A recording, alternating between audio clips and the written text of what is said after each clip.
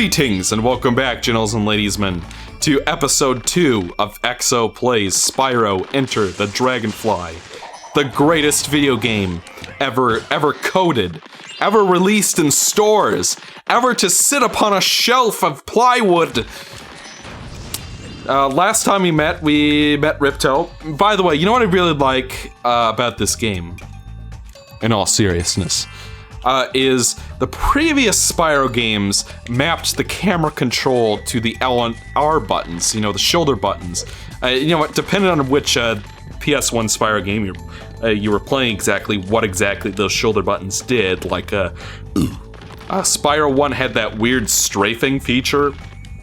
Spyro 2 made it so you had to press both shoulder buttons at once to center the camera, and then by Spyro 3, L1 and R1 separately center the camera, and L2 and R2 were for turning. But starting with Enter the Dragonfly, the second stick gets used. That's right. Finally, we have dual analog camera control. And all I can say is it's about time. It really should have been there in the first 3 games. And, you know, it's one of the things that's going to get added to the Reignited trilogy. So, yeah, that is nice. You are a dragon wise beyond your years. May the dragon spirits guide you on your way. You know, it's possible. We'll talk about that in a minute. We got a fan favorite character here. Ah, Spyro. In trouble again, I see. What a surprise. Dragons in danger or something like that? Well, you'll have to pay me 200 gems to cross this mighty large chasm to reach any of the other dojos. Although I may be practicing compassion, money still has my soul.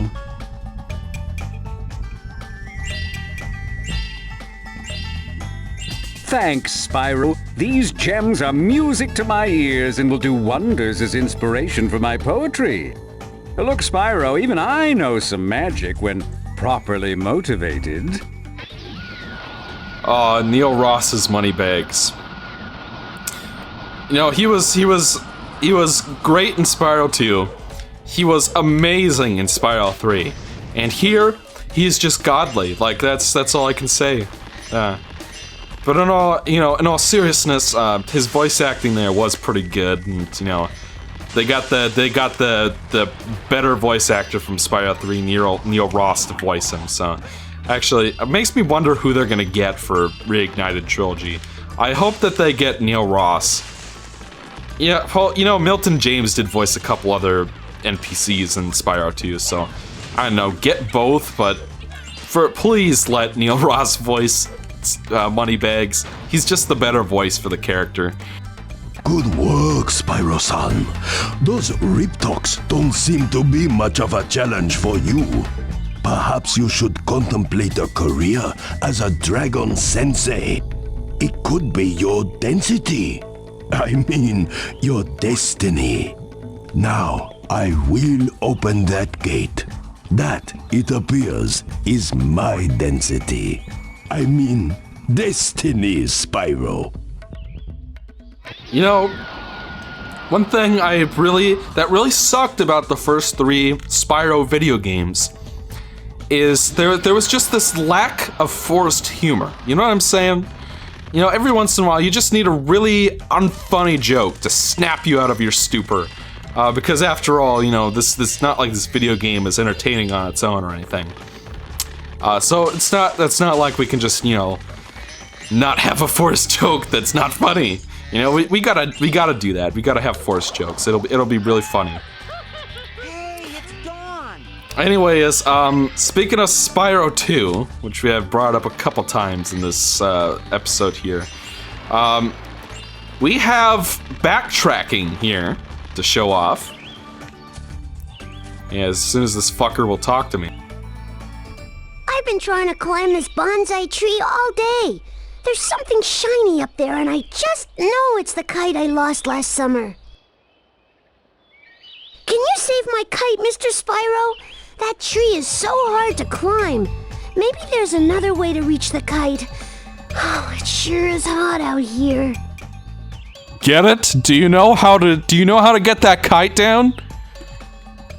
Yeah, so, unfortunately, we require the ice breath in order to reach that upper level, because, as you can see, Spyro has multiple breaths in this game.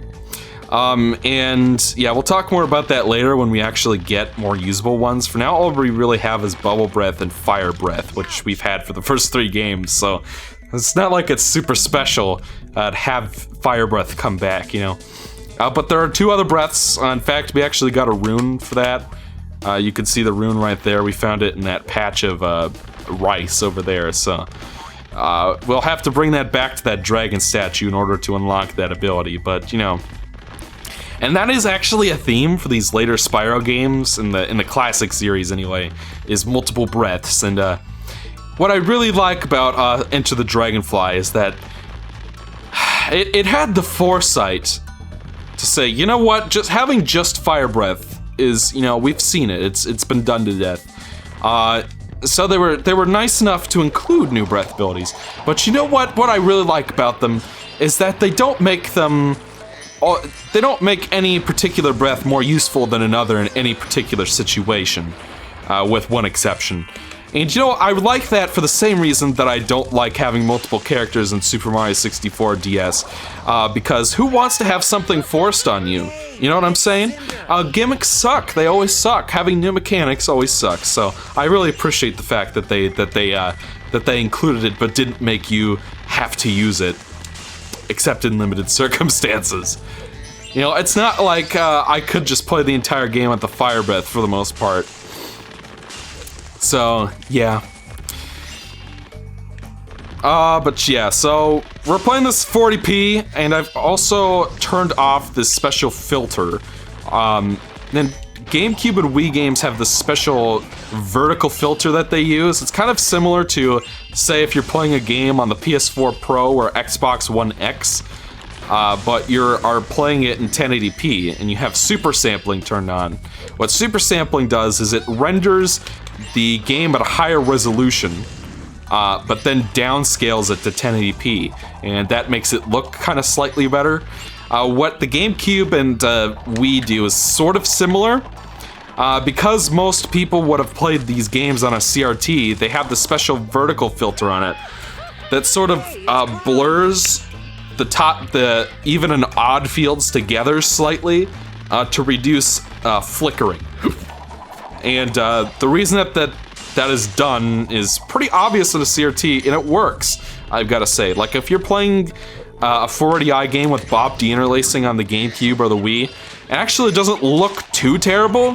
It's not too flickery, you know what I'm saying? And blobbing is the most flickery one of them all, so it works. But for some reason, Nintendo also decided to make a vertical filter for, like, a separate API call on the graphics hardware, for a vertical filter for 480p as well. So I have turned that off for this playthrough. You have done well, little dragon. Freeing the dragon senseis took much courage. I think this baby dragonfly will be safe with you. And the reason that I turned it off is Remember, Spyro, find and return the remaining baby dragonflies. They are the fortune of the dragon realms. I lost my train of thought, guys.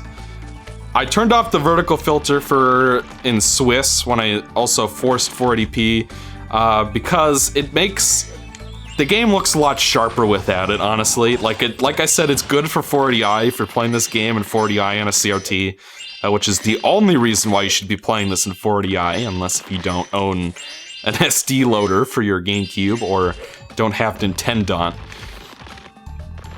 Let me just double check to see if what I've missed here. Looks like we are missing 28 gems.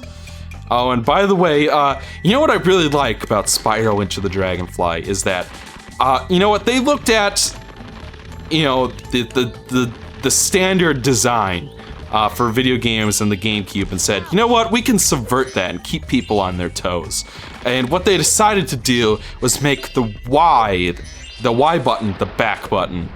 Because, you know, it was the triangle button on the PS2 version, so they're trying to, you know, like, be the same, you know?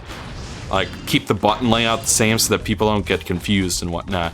And, you know, so because of that, and what's also really nice is that unlike Spyro 3, which makes you work for it and unlock it, you have the warp feature right away. So if you press the B button on any of these levels here, you'll just instantly warp to it.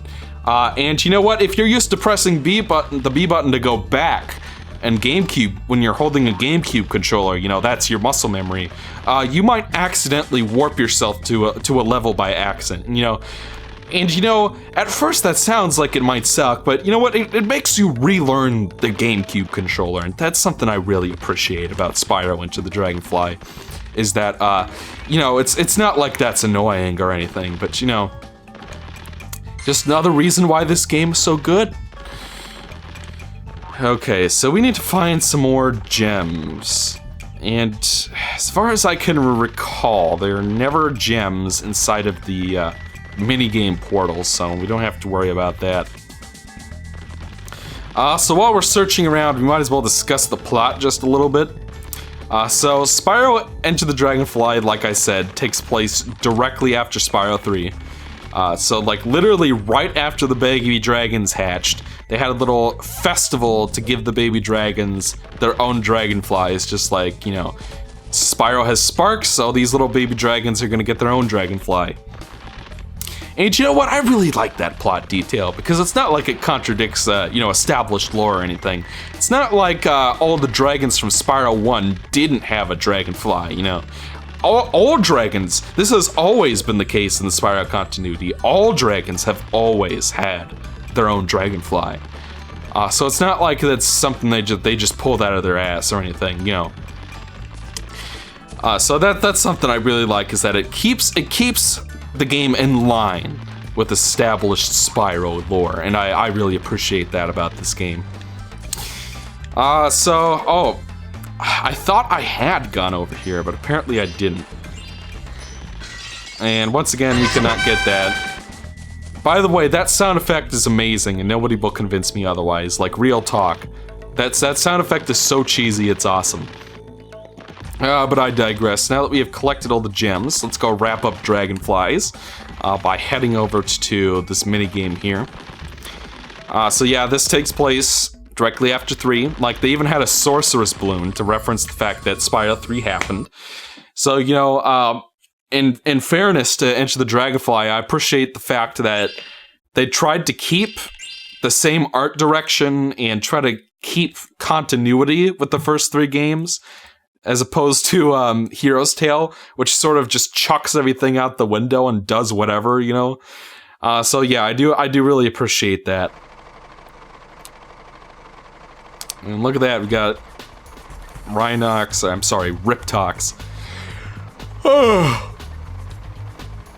Welcome to our tank training arena, Private Dragon. Now I've got a prize for you if you can destroy all the dummy tanks. But you'll have to figure out how to get past the gates. Will you clear out the tank training arena?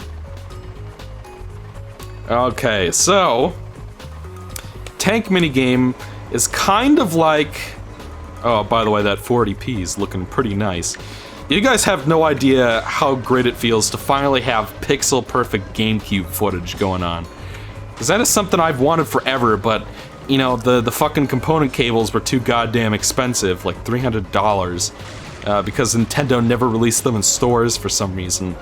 And the Wii's component is super blurry and looks like shit, so, yeah, so it's really nice to have my pixel perfect 40p jaggies going on for once in my life, so I really like that.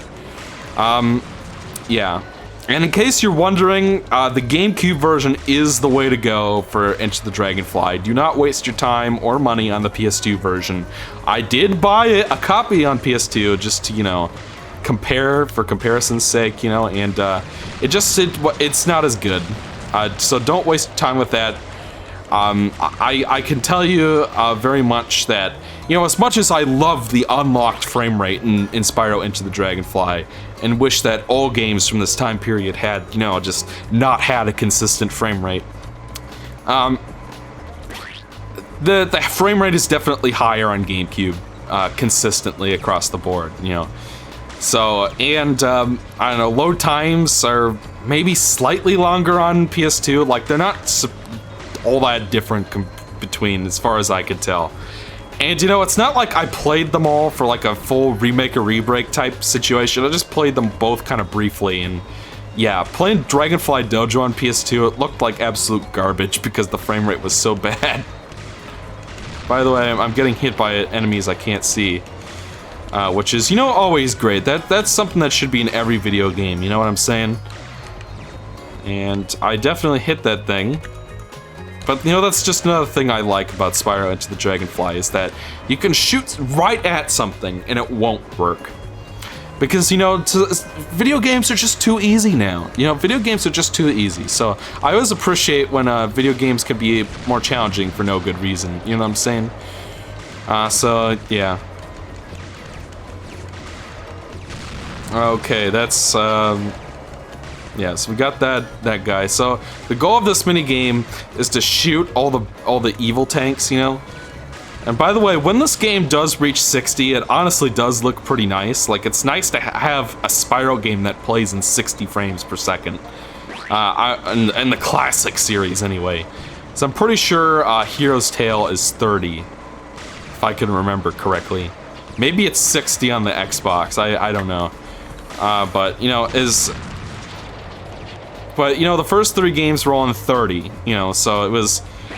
I do appreciate, like, when this game does get to 60, it does look pretty nice, so I do appreciate that when it happens. But, you know, that's kind of the price of the unlocked frame rate and, you know, the hardware and whatnot, is that you don't really get to see it all that much, but when you do, it does look nice. This is still the greatest game of all time, even though it has an inconsistent frame rate. Don't you worry about that. But you know, gameplay-wise, this is basically like if you played Spyro 2 and 3 and you've used the cannons and Zephyr and Icy Peak. This is pretty much what this is, except you can move. And you know, one thing I do really appreciate about Spyro Into the Dragonfly is they played with tank control schemes in other video games. And said to themselves, "Well done, Private. You're a clever dragon, ain't you? Smart enough to get the gates open and skillful enough to survive the tanks. As a reward, I'll let you have the dojo mascot." Hey, it's Cub. Real talk. Tom Kenny had to sit down in a recording booth. If you'd like, I can set up some more dummies for you. Would you like to do some target practice? Well, that's too bad. But I'll have this tank ready for you when you change your mind. So, Tom Kenny had to come into a recording studio and record a little blurb for every single Dragonfly in the game. Which is, truthfully, something I do enjoy about this game. Is that, you know, Spyro didn't really talk all that much outside of cutscenes in the first 3 games, you know what I'm saying? So like during actual gameplay and during a lot of the mini games, he didn't really say much. So in this game, Spyro as a character just seems like he's, you know, like even when you ram into a wall, Spyro go, "Youch!" And he'll actually talk to the NPCs and stuff. So that is something I do genuinely like about Into the Dragonfly, is that, you know, not that Spyro needs to talk all the time, but, you know, it is nice hearing his voice, you know, at points during the game and whatnot. And you know what I really like is enemies that pose absolutely no threat. I like enemies that are boring. You know what I'm saying? It's just a way to subvert your expectations. It's like Sonic Forces. You want a game with no gameplay. You know what I'm saying? You want a game that you can just kind of float through without any, with relatively little input required of the player. So, you know, that's something I really enjoy about Spyro Into the Dragonfly with its enemy design. Like, you know, look at this. They can't fight back. They can't do anything. You just flame them. You know, as long as you flame them before they get anywhere near you, they're screwed. You know what I'm saying? So. And you know what? The sound design's not actually that bad in this game. Like the gliding sound effects, and you know, especially for the headbutt animation, like sound effects that they chose. And you know, it's really nice that they took that gem sound effects that we're all used to, and there's a higher res version of that in this game, so I do like that. It is nice to hear a higher res version of a sound effect we're, you know, all kind of familiar with. But regardless, that's all the time we have for today, gentles and ladiesmen. So feel free to join me in the next part 3, next week, and we will go through that portal and start playing with some. We're gonna do a speedway, and it's gonna be fun. So I'll see you guys then.